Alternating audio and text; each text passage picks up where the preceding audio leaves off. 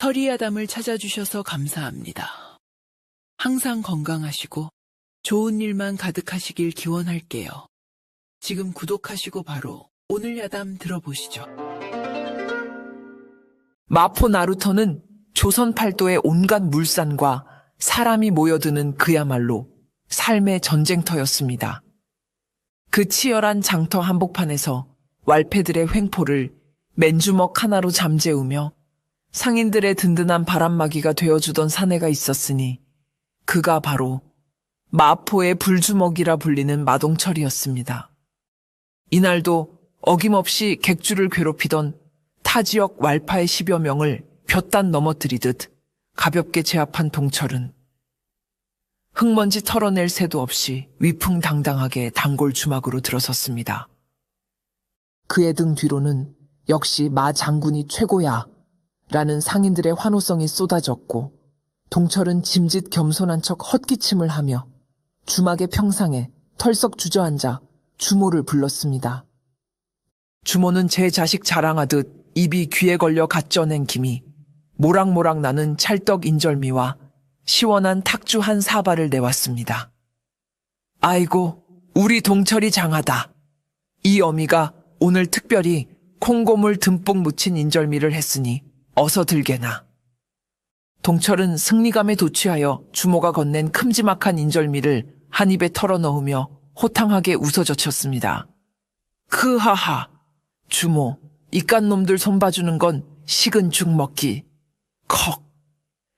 그러나 그 호탕한 웃음은 이내 기괴한 비명으로 바뀌고 말았습니다. 찰기가 넘치다 못해 끈적거리는 인절미 덩어리가 기도를 완벽하게 틀어막아 버린 것이었습니다. 천하장사의 힘으로도 목구멍 안쪽의 떡을 어찌할 수는 없었기에 동철의 얼굴은 순식간에 홍시처럼 붉어졌다가 이내 흑빛으로 변해가기 시작했습니다. 동철은 숨을 쉬기 위해 자신의 가슴을 주먹으로 치고 바닥을 구르며 발버둥 쳤으나 야속한 인절미는 꿈쩍도 하지 않고 그의 명주를 조여왔습니다. 주막에 있던 사람들이 혼비백산하여 등을 두들기고 물을 떠왔지만 조선팔도 제일 가는 주먹의 최후는 너무나도 빠르고 허망하게 찾아왔습니다. 산적대도 맨손으로 때려잡던 영웅이 고작 손바닥만한 떡 조각 하나에 무릎을 꿇다니. 이는 하늘도 웃고 땅도 웃을 기가 막힌 노릇이었습니다. 동철은 흐릿해지는 의식 속에서 떡은 꼭 물이랑 같이 먹으라던 어머니 말씀을 들을 걸이라는 뒤늦은 후회를 하며 눈을 까뒤집고 바닥에 널브러졌습니다.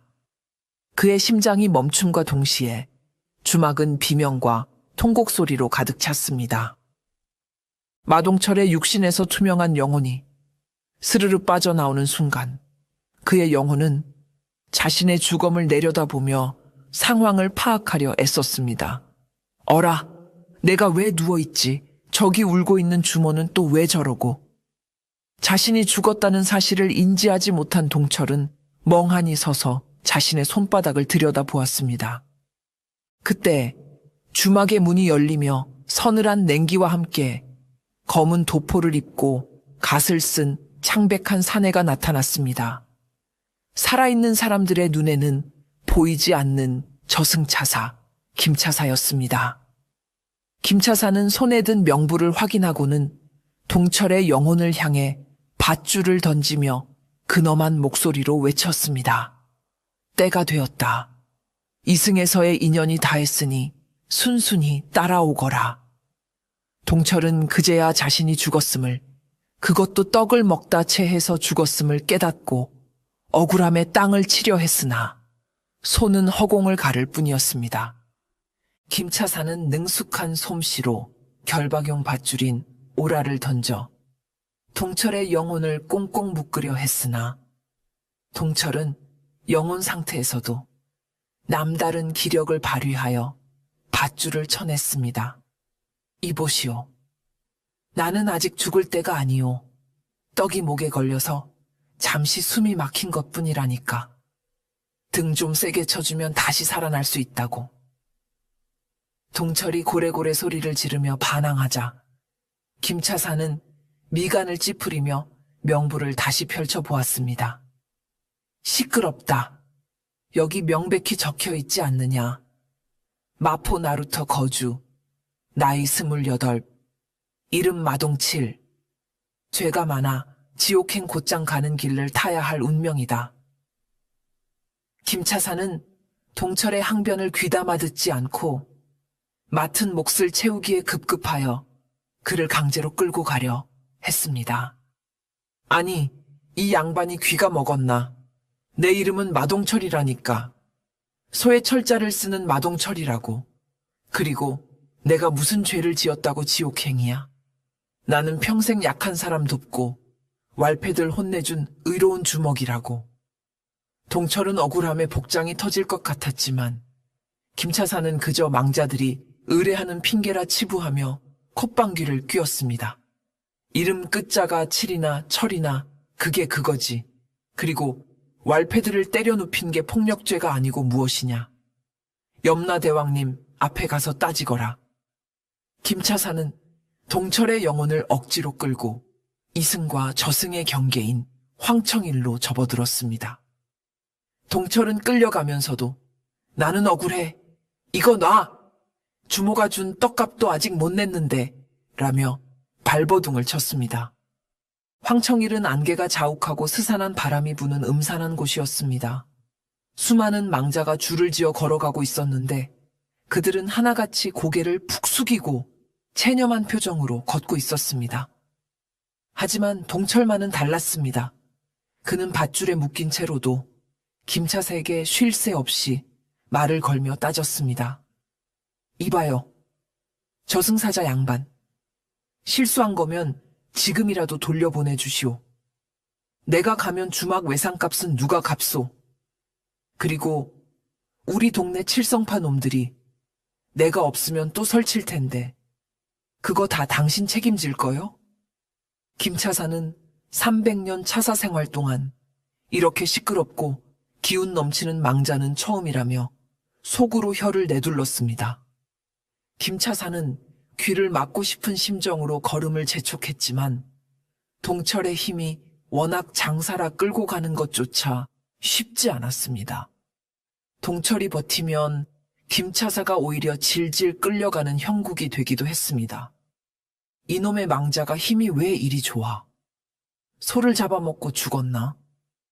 김차사가 땀을 뻘뻘 흘리며 투덜거리자 동철은 소는커녕 떡 먹고 죽었다니까 그러네.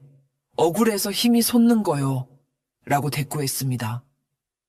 두 사람, 아니 한 명의 차사와 한 명의 망자가 벌이는 실랑이는 엄숙해야 할 황청리를 시장바닥처럼 소란스럽게 만들었고 지나가던 다른 차사들과 망자들마저 그들을 힐끔거리며 쳐다볼 지경이었습니다.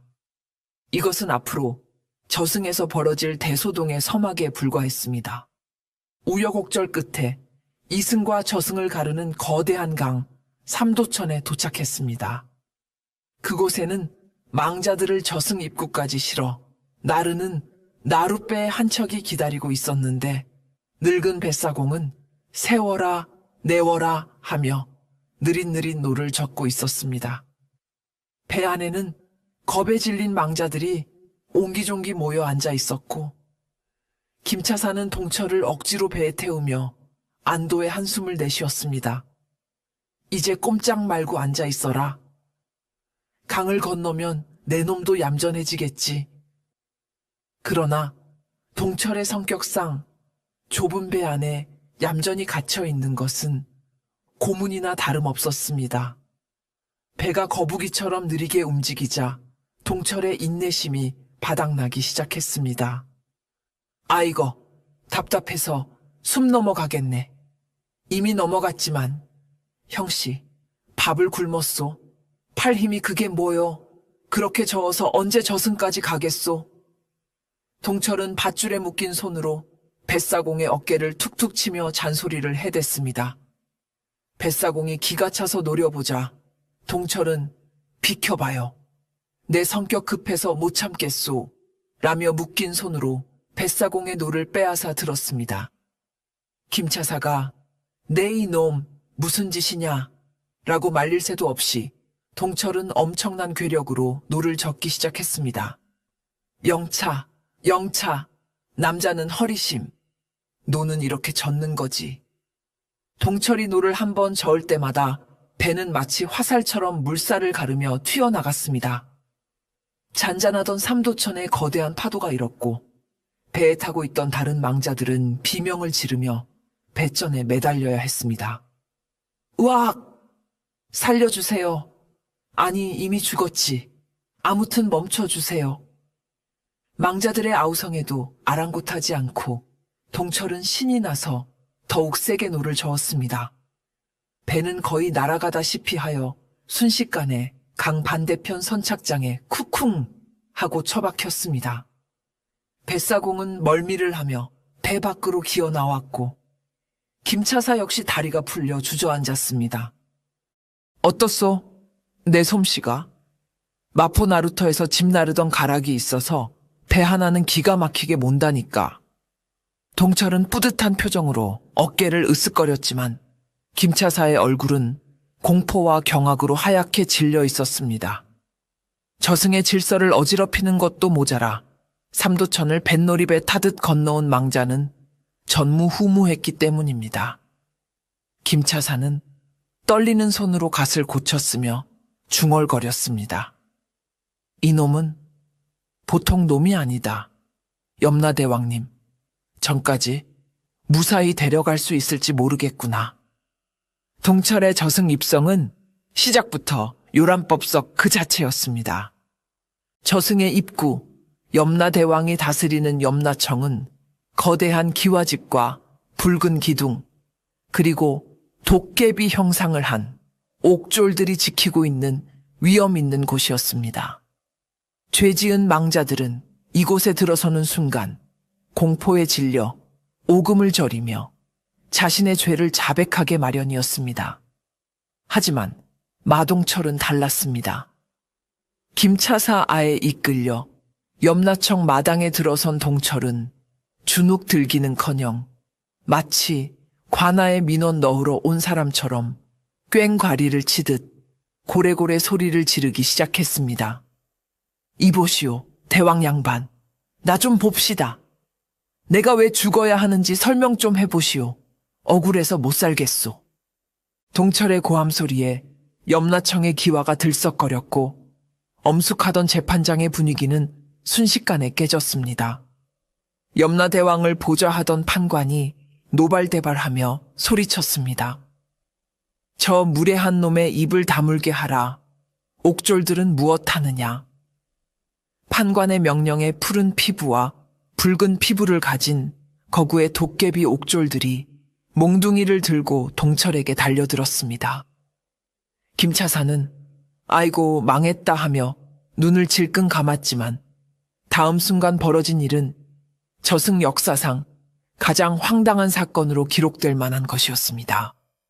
동철은 달려드는 옥졸의 몽둥이를 맨손으로 받아내더니 어쭈, 힘 좀 쓰는데 하지만 나한텐 안 되지 하며 옥졸의 이마 꿀밤을 딱 하고 때렸습니다. 거대한 옥졸이 깨갱 소리를 내며 뒤로 나자빠졌고 다른 옥졸이 뒤에서 덮치려 하자 동철은 짐꾼 특유의 등치기로 옥졸을 튕겨내 버렸습니다. 묶여있던 밧줄은 동철의 근육이 팽창하면서 투둑 끊어져 버렸고 자유의 몸이 된 동철은 물 만난 물고기처럼 날뛰기 시작했습니다. 덤벼, 다 덤벼. 내가 이승에서도 50대 1로 싸워본 몸이야. 동철은 옥졸들의 엉덩이를 걷어차고 서로 부딪히게 만들어 공기놀이 하듯 가지고 놀았습니다. 순식간에 염라청 마당은 널브러진 옥졸들과 부서진 집기들로 난장판이 되었습니다. 판관들은 책상 밑으로 숨었고 김차사는 기둥 뒤에 숨어 벌벌 떨었습니다. 동철은 씩씩거리며 염라대왕이 있는 본전을 향해 삿대질을 했습니다. 대왕이면 다야 사람을 잘못 데려왔으면 사과를 해야지. 당장 나와서 해명하시오. 저승의 권위가 땅에 떨어지는 순간이었습니다. 소란을 듣고 마침내 염라대왕이 본전 문을 열고 모습을 드러냈습니다. 그의 얼굴은 분노로 시뻘개져 있었지만 눈앞에 펼쳐진 아수라장을 보고는 잠시 할 말을 잃은 듯 했습니다. 염라대왕의 등장에 좌중은 찬물을 끼얹은 듯 조용해졌습니다. 염라대왕은 검고 긴 수염을 휘날리며 천둥 같은 목소리로 호통쳤습니다. 이 무슨 해괴한 짓거리냐. 신성한 염라청을 개판으로 만들다니. 내 놈이 진정 지옥불 맛을 보고 싶은 개냐.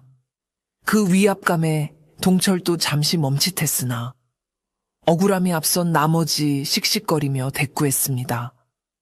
지옥불이고 나발이고 나는 죽을 때가 아니란 말이오. 내 이름은 마동철인데 저 차사 양반이 마동치를 잡아가야 한다면서 억지로 끌고 왔소. 염라대왕은 미간을 찌푸리며 옆에 있던 판관에게 명부를 가져오라 명했습니다. 판관이 덜덜 떨며 가져온 명부를 펼쳐든 염라대왕의 눈이 가늘어졌습니다. 명부에는 분명 마동칠이라는 이름이 적혀 있었는데 자세히 들여다보니 칠자 옆에 파리똥만한 작은 점 하나가 찍혀 있는 것이 보였습니다. 붓끝에서 튄 먹물 자국인지 아니면 원래 있던 점인지 애매모호했으나 언뜻 보면 철자처럼 보일 수도 있는 상황이었습니다. 하지만 명백히 대상자는 악행을 일삼던 왈패 마동칠이었고 동철은 그와 이름만 비슷할 뿐 전혀 다른 인물이었습니다. 염라대왕은 김차사를 노려보며 으르렁거렸습니다. 김차사, 내 이놈 눈을 어디다 달고 다니는 개냐? 칠과 철도 구분 못하느냐? 점 하나 때문에 생사람, 아니 생영혼을 잡았단 말이냐? 김차사는 사색이 되어 바닥에 머리를 박고 조아렸습니다. 죽여주시옵소서 대왕님. 글씨가 너무 작고 흐릿하여 그만, 게다가 이놈이 떡 먹다 죽은 시점이 너무 절묘하여. 김차사의 변명은 염라대왕의 화를 돋울 뿐이었습니다. 염라대왕은 이마를 짚으며 한탄했습니다. 내 재임 5천년 만에 이런 망신은 처음이다. 억울하게 죽은 것도 모자라 염라청을 쑥대밭으로 만든 놈이 무고한 영혼이라니. 동철은 상황이 파악되자 허리에 손을 얹고 으스댔습니다. 거보쇼, 내가 뭘 했소? 사람 잘못 봤다고 했잖소. 어쩔 거요? 내 억울해서 못 살겠네. 아니 못 죽겠네. 당장 살려내시오. 염라대왕은 골치가 아파왔습니다. 이미 명부에 사망 처리가 되어버린 영혼을 다시 살려보내는 것은 천기를 거스르는 일이라 복잡한 절차가 필요했기 때문입니다. 게다가 저승의 권위가 실추된 마당에 그냥 돌려보내면 소문이 날 것이 뻔했습니다. 염라대왕은 고민 끝에 김차사와 동철을 번갈아 보며 모종의 결단을 내렸습니다. 염라대왕은 헛기침을 몇 번 하더니 근엄한 표정을 지으며 말했습니다. 흠흠, 과인의 부덕으로 착오가 있었음은 인정하마. 허나 이미 죽음의 강을 건너온 이상 다시 돌아가는 것은 하늘의 법도를 거스르는 일이라 쉽지 않다. 동철이, 그게 무슨 소리요? 안 보내주면 여기 다 때려 부술 거요. 라며 주먹을 쥐자 염라대왕은 황급히 말을 이었습니다. 내 말을 끝까지 들어라. 보내주긴 하겠지만 조건이 있다. 지금 이승에서는 네 장례가 치러지고 있을 터. 49일 안에 내 육신이 땅에 묻혀 썩어버리면 영영 돌아갈 수 없다. 그러니 49일의 유예 기간을 주마. 사실 이것은 김차사가 자신의 과실 벌점을 만회하기 위해 염라대왕에게 귓속말로 제안한 꼼수였습니다. 대왕님, 그냥 보내주면 저승법도가 우스워집니다. 뭔가 그럴싸한 인물을 줘서 보내야 체면이 섭니다. 염라대왕은 그 말이 일리가 있다고 생각하여 동철에게 거짓 임무를 부여했습니다. 네가 다시 살아나려면 이승에 내려가 49일 동안 49명의 사람에게 진심 어린 감사의 인사를 받아 생명의 정기를 모아야 한다. 그래야 육신과 영혼이 다시 합쳐질 수 있느니라. 동철은 그 말을 철석같이 믿고 고개를 끄덕였습니다. 까짓 거, 칭찬받는 거라면 자신 있소. 내가 마포의 인기남이니 금방 모을 거요. 하지만 문제는 동철의 육체였습니다. 이승에서는 이미 동철이 죽은 지 하루가 지나 장례 절차가 진행 중이었고, 날이 더워 시신이 부패할까봐 서둘러 매장하려는 움직임이 있었습니다. 염라대왕은 김차사에게 명했습니다.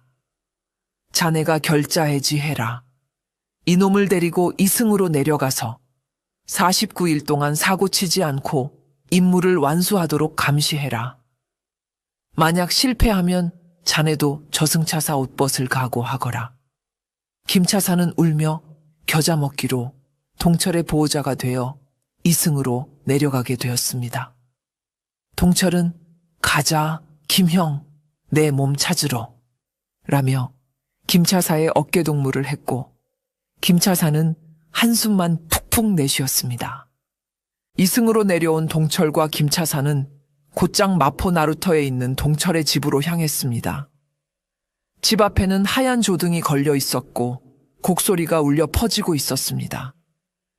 마당에는 평소 동철이 아끼던 주모와 동네 사람들이 모여 상을 치르고 있었는데, 그 모습을 본 동철은 가슴이 뭉클해졌습니다.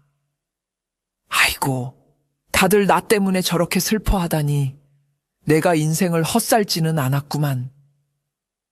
동철은 감동하여 눈물을 훔치려 했으나 영혼 상태라 눈물도 나오지 않았습니다. 그런데 상가집 한 구석에서 왁자지껄한 소리가 들려왔습니다. 평소 동철에게 얻어터지고 앙심을 품었던 칠성파 졸개들이 조문을 핑계로 찾아와 육개장을 퍼먹으며 행패를 부리고 있었던 것입니다. 꺼억! 잘 죽었네, 잘 죽었어. 그 덩치만 믿고 설치더니 꼴 좋다. 야, 육개장에 고기가 왜 이리 적어? 더 가져와. 졸개들은 주모에게 술을 더 내오라며 소리를 질렀고, 상주 노릇을 하던 주모는 서러움에 눈물만 흘리고 있었습니다. 이 광경을 본 동철의 눈이 뒤집혔습니다. 저 천하의 호로 자식들이 내 장례식장에서 감히. 분노한 동철은 생각할 겨를도 없이 왈패들에게 달려가 주먹을 휘둘렀습니다. 이 나쁜 놈들아. 동철의 주먹이 허공을 갈랐지만 영혼 상태인 탓에 물리적인 타격은 줄 수 없었습니다. 하지만 동철의 분노가 담긴 영갑은 강력한 돌풍을 일으켰습니다. 밥상을 엎으려던 졸개의 손목이 보이지 않는 힘에 의해 꺾이고, 육개장 그릇이 저절로 날아가 졸개의 얼굴에 덮어 씌워졌습니다. 으악! 뜨거워! 이게 뭐야! 졸개들이 비명을 지르며 나뒹굴자 동철은 신이 나서 발길질을 해댔습니다. 사람들의 눈에는 보이지 않지만 졸개들이 허공에 얻어맞고 날아가는 기이한 광경이 펼쳐진 것입니다. 마을 사람들은 동철이의 원혼이 노했다, 도깨비 바람이다 라며 두려워하면서도 통쾌해 했습니다. 한바탕 난동을 부린 후 왈패들은 도망쳤지만 동철은 한계를 느꼈습니다. 영혼 상태로는 물건을 만질 수도 사람들과 대화할 수도 없으니 생명의 정기를 모으는 것이 불가능해 보였기 때문입니다. 게다가 자신의 육신은 이미 관에 들어가 못질까지 되어 있어 들어갈 수가 없었습니다. 동철은 김차사를 쳐다보며 음흉한 미소를 지었습니다. 이보시오, 차사 양반. 당신 몸 좀 빌립시다. 김차사는 기겁하며 뒷걸음질 쳤습니다. 무슨 망발이냐. 차사의 몸은 음기가 강해 인간의 영혼이 들어올 수 없다.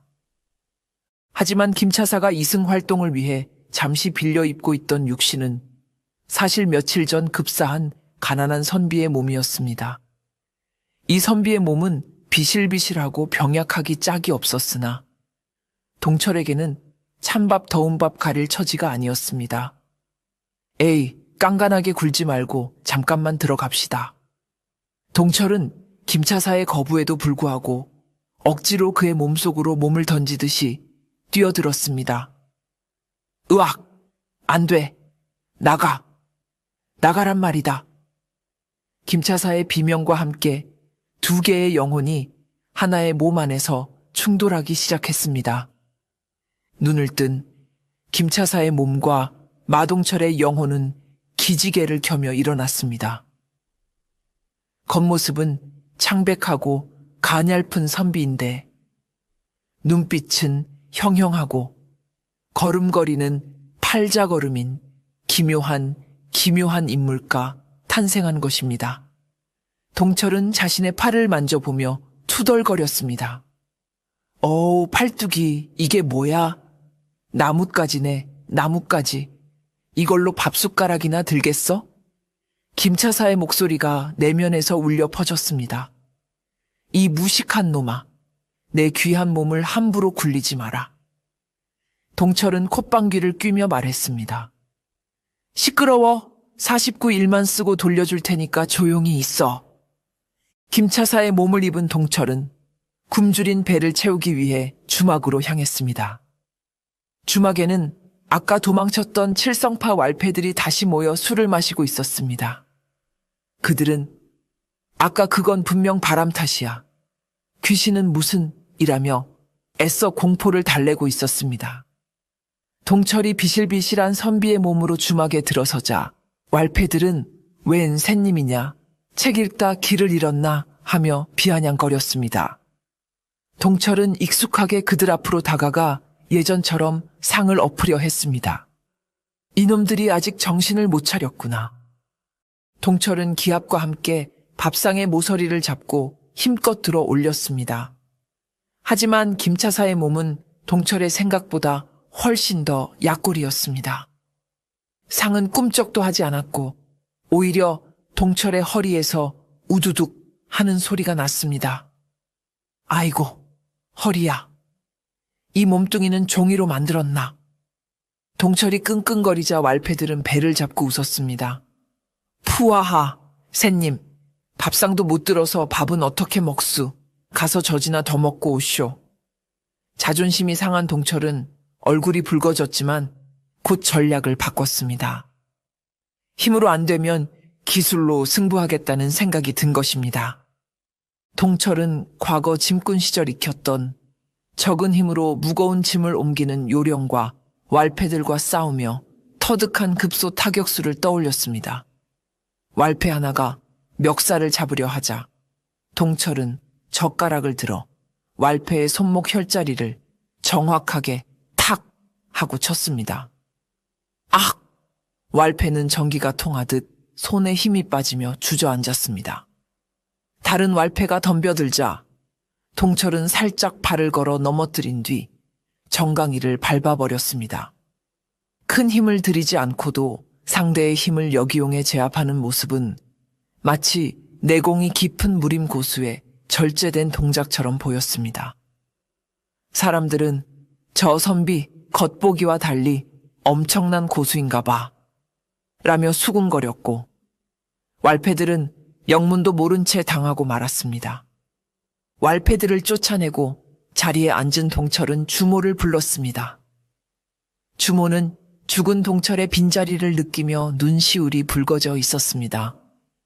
동철은 그런 주모를 보며 가슴이 아팠지만 자신의 정체를 밝힐 수는 없었습니다.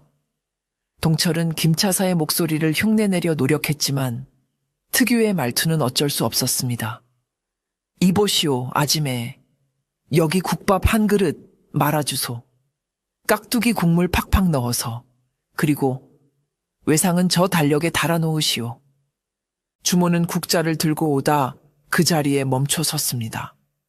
국밥에 깍두기 국물을 넣는 식성과 뻔뻔하게 외상을 요구하는 말투는 죽은 마동철과 똑같았기 때문입니다.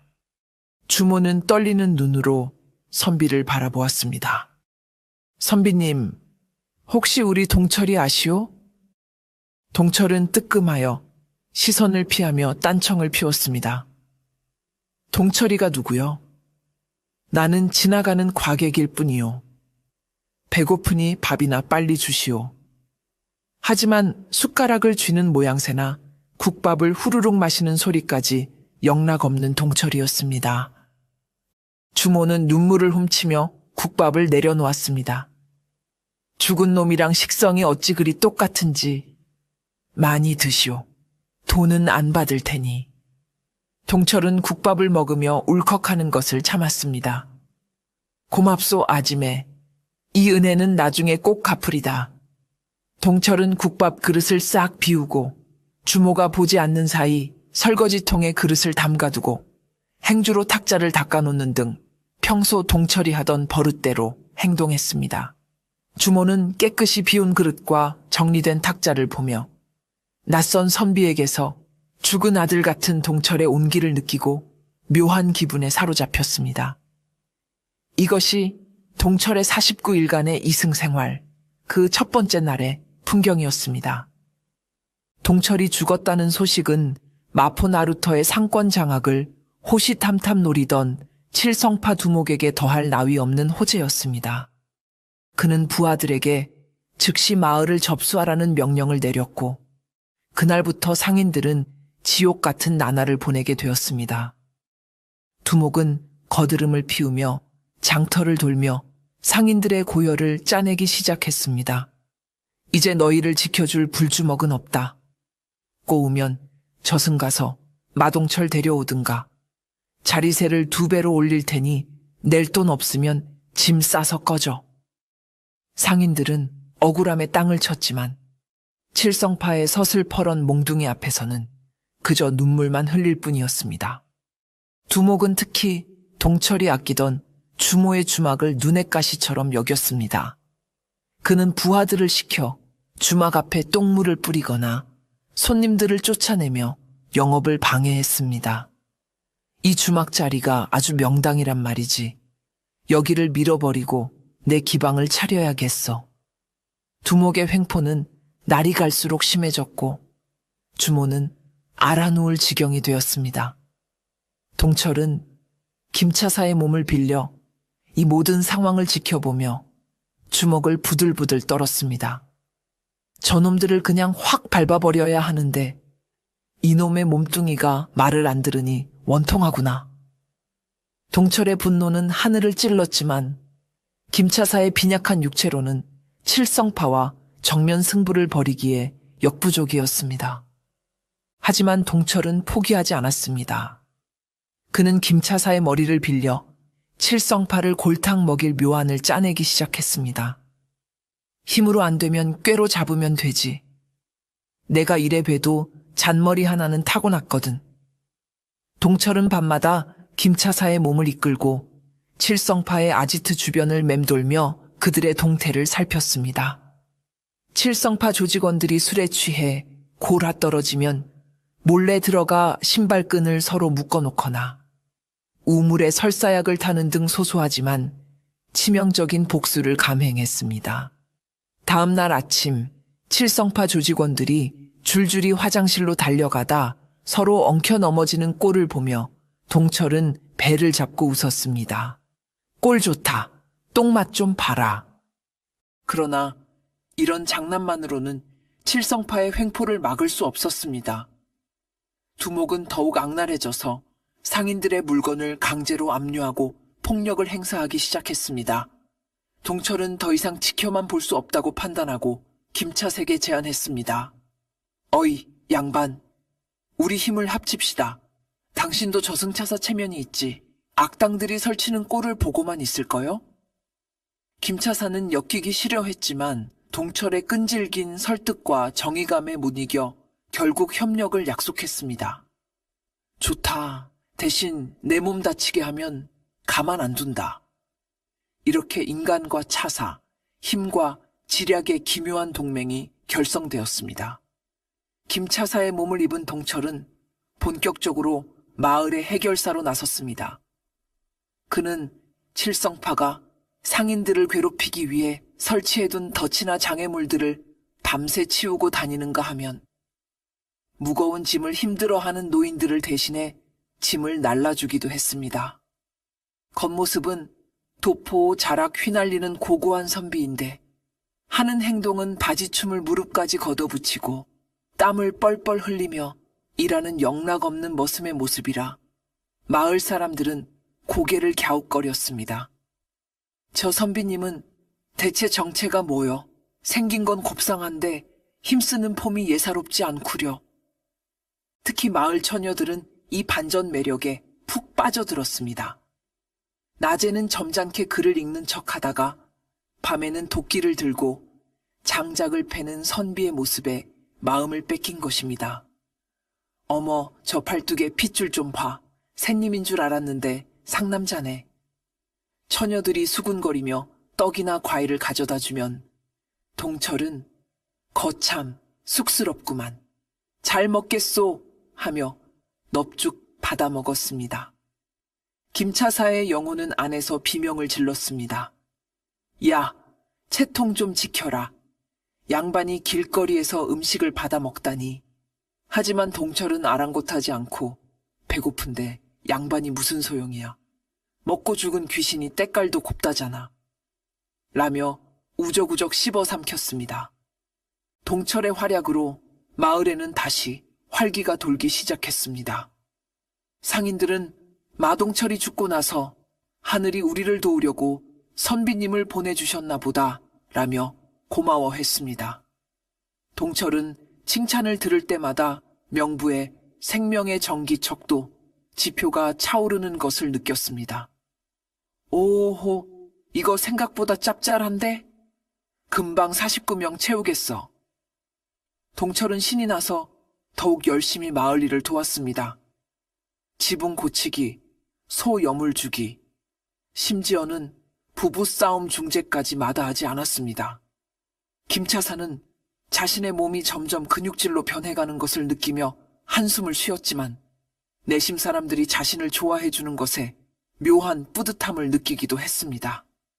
그러던 어느 날 칠성파 두목이 이 이상한 선비의 소문을 듣게 되었습니다. 웬 새님 하나가 우리 일을 방해하고 다닌다고. 그놈이 간이 배 밖으로 나왔구나. 두목은 부하들을 풀어 선비를 잡아오라고 명령했습니다.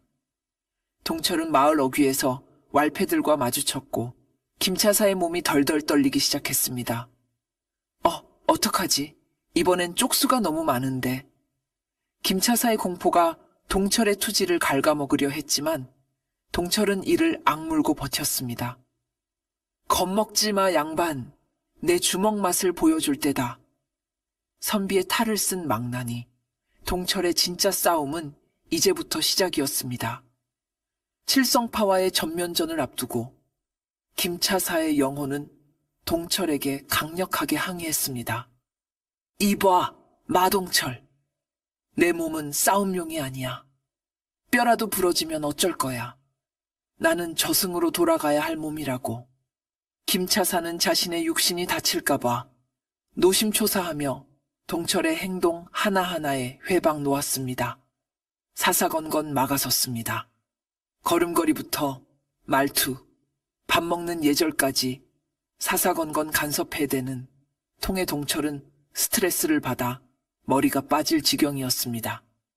아이고, 시끄러워 죽겠네. 잔소리 좀 그만해. 네가 시어머니야? 두 영혼의 갈등은 육체의 부조화로 이어졌습니다. 동철이 주먹을 뻗으려 하면 김차사가 팔을 잡아당기고 달리려 하면 다리에 힘을 풀어버리는 시기였습니다. 덕분에 동철은 길 가다 혼자 넘어지고 허공에 주먹질하다 제 뺨을 때리는 등 온갖 기행을 일삼게 되었습니다. 사람들은 선비님이 공부를 너무 많이 해서 실성하신 모양이다 라며 혀를 찼습니다. 동철은 더 이상 참을 수 없어 김차사에게 최후 통첩을 날렸습니다. 야, 너 계속 이러면 나 그냥 이 몸 버리고 나간다. 그럼 넌 49일 동안 꼼짝없이 시체놀이 해야 할걸. 동철의 협박에 김차사는 꼬리를 내릴 수밖에 없었습니다. 영혼이 없는 육신은 금방 부패해버릴 테고, 그러면 자신은 저승으로 돌아갈 수도 없는 처지가 되기 때문입니다.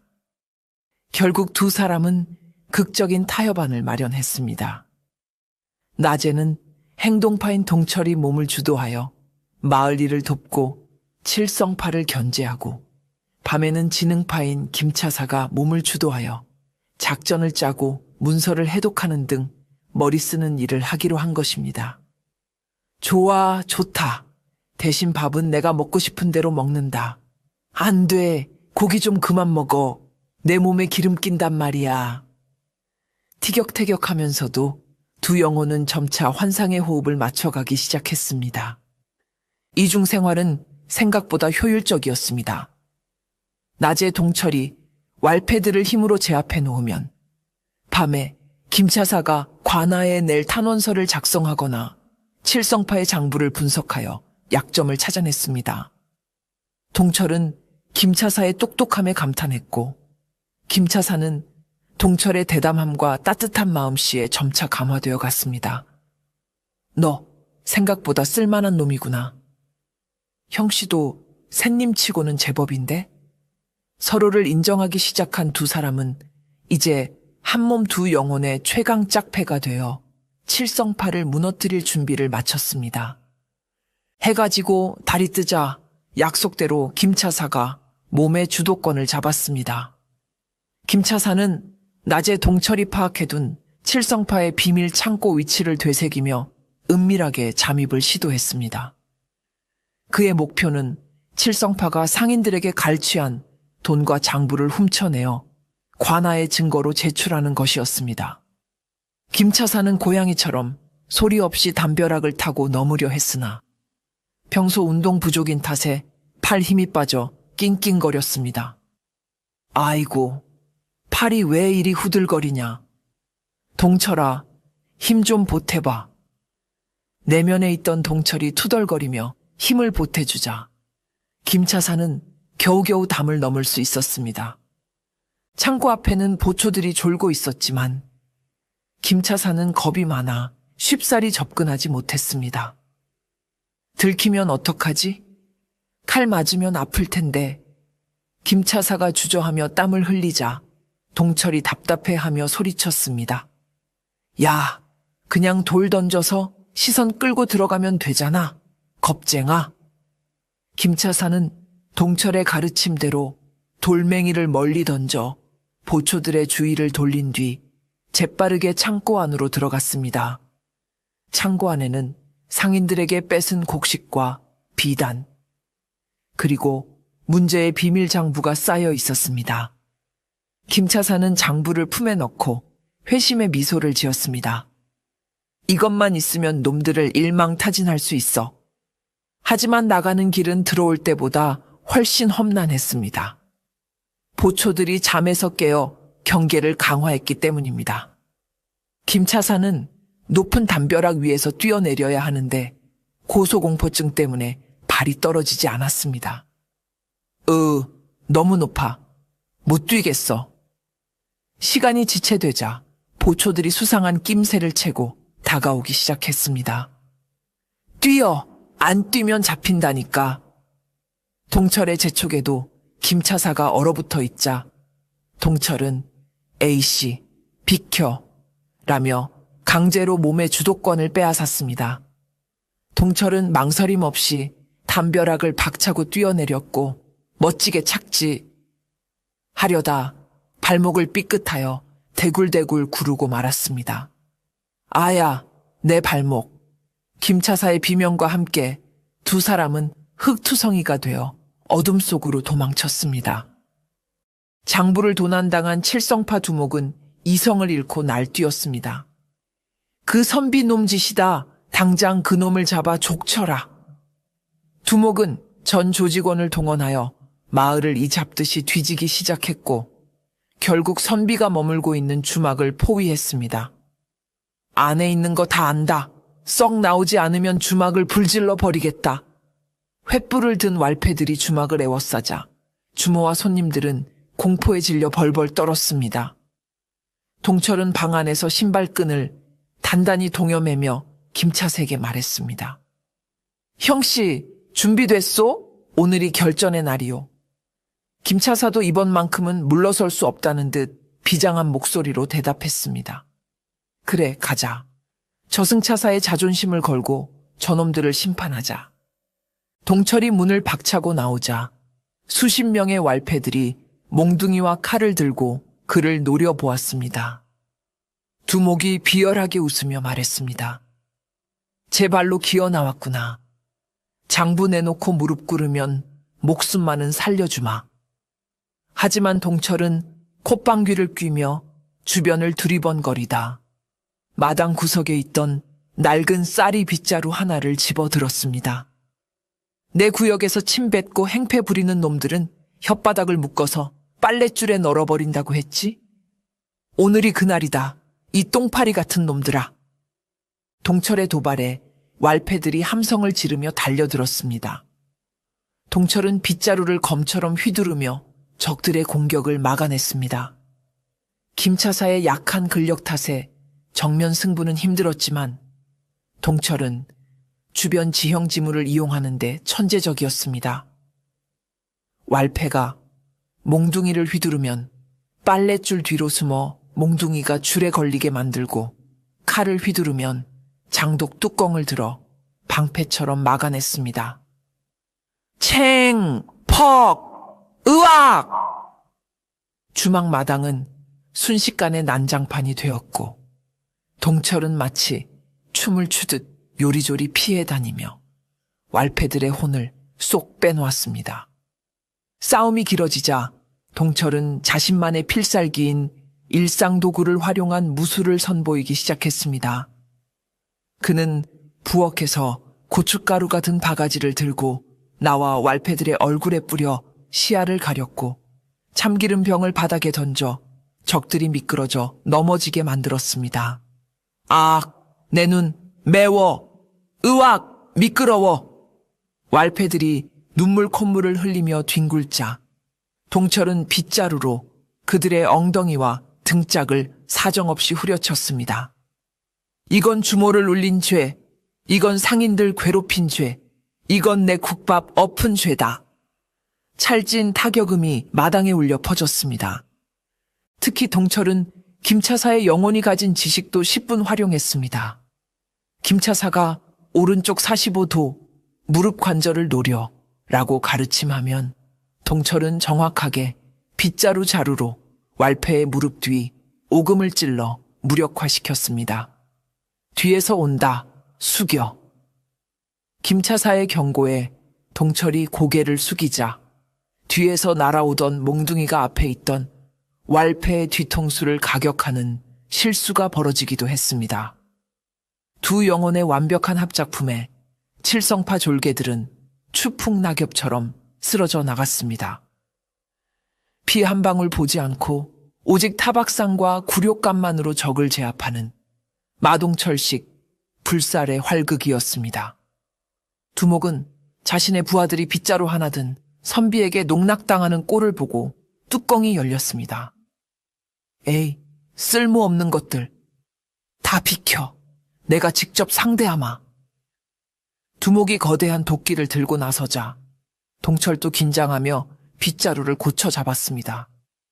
하지만 빗자루는 이미 너덜너덜해져서 빗자루 살이 다 빠져버린 상태였습니다. 동철은 앙상한 빗자루 대를 보며 헛웃음을 지었습니다.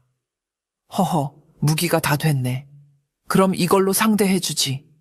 동철은 옆에 있던 지게를 들어 등에 맸습니다. 지게 작대기를 쌍검처럼 든 동철의 모습은 우스꽝스러웠지만 그 눈빛만은 천하무적 장군의 것이었습니다. 두목의 도끼가 바람을 가르며 날아들자 동철은 지게의 작대기로 막아내며 방역했습니다. 깡 하는 둔탁한 소리와 함께 불꽃이 튀었습니다. 힘 대 힘의 대결에서 밀릴 줄 알았던 동철은 지게를 지고 다니며 단련된 허리 힘과 균형 감각으로 두목의 공격을 버텨냈습니다. 하지만 김차사의 몸은 한계에 다다르고 있었습니다. 무리하게 근육을 쓴 탓에 팔다리가 후들거리고 숨이 턱 끝까지 차올랐습니다. 동철아, 나 더 이상은 못 버티겠어. 몸이 타들어가는 것 같아. 김차사의 신음소리가 들려왔습니다. 결정적인 순간 두목이 회심의 일격을 날리려 할 때 사건이 터졌습니다. 동철이 힘을 주어 막으려는 찰나 영혼과 육체의 연결이 불안정해지면서 펑 하는 소리와 함께 빙의가 일시적으로 풀려버린 것입니다. 동철의 영혼은 몸 밖으로 튕겨나갔고 갑자기 텅 빈 눈동자가 된 김차사의 60만 덩그러니 남았습니다.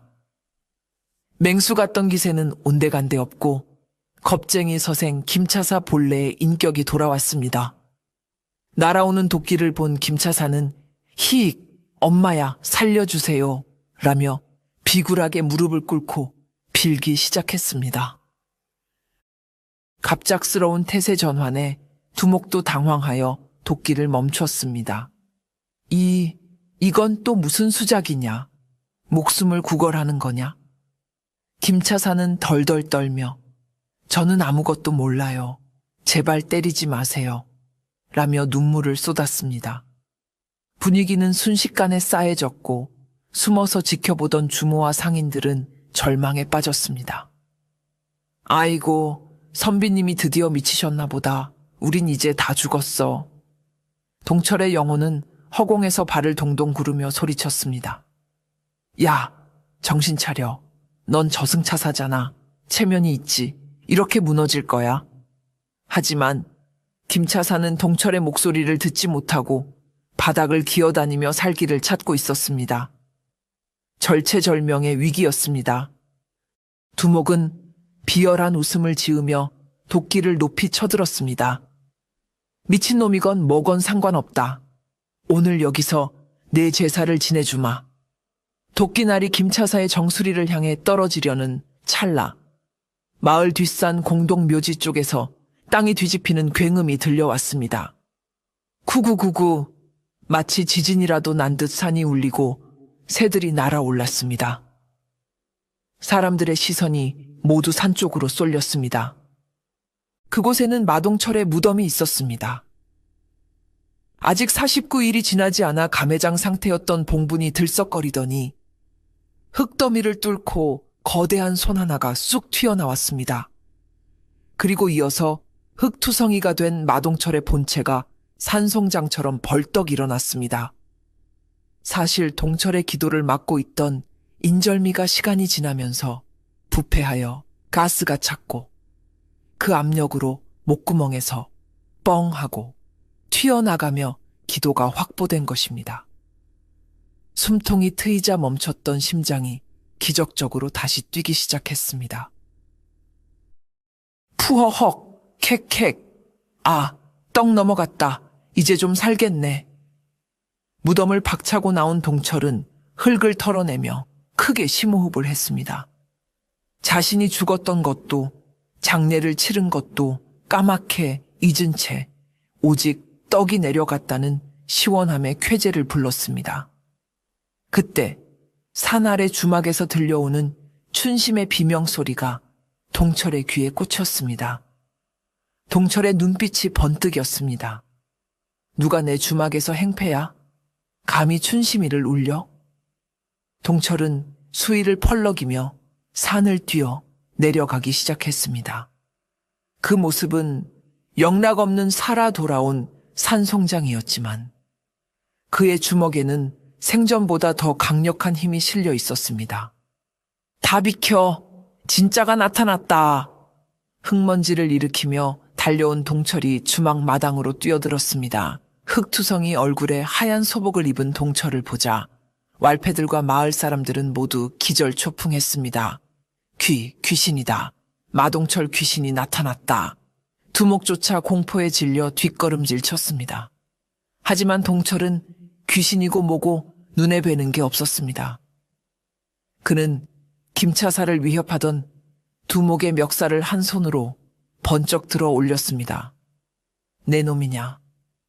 내 밥줄 끊고 춘심이 괴롭힌 놈이? 동철의 악력에 두목은 숨이 막혀 캑캑거렸습니다.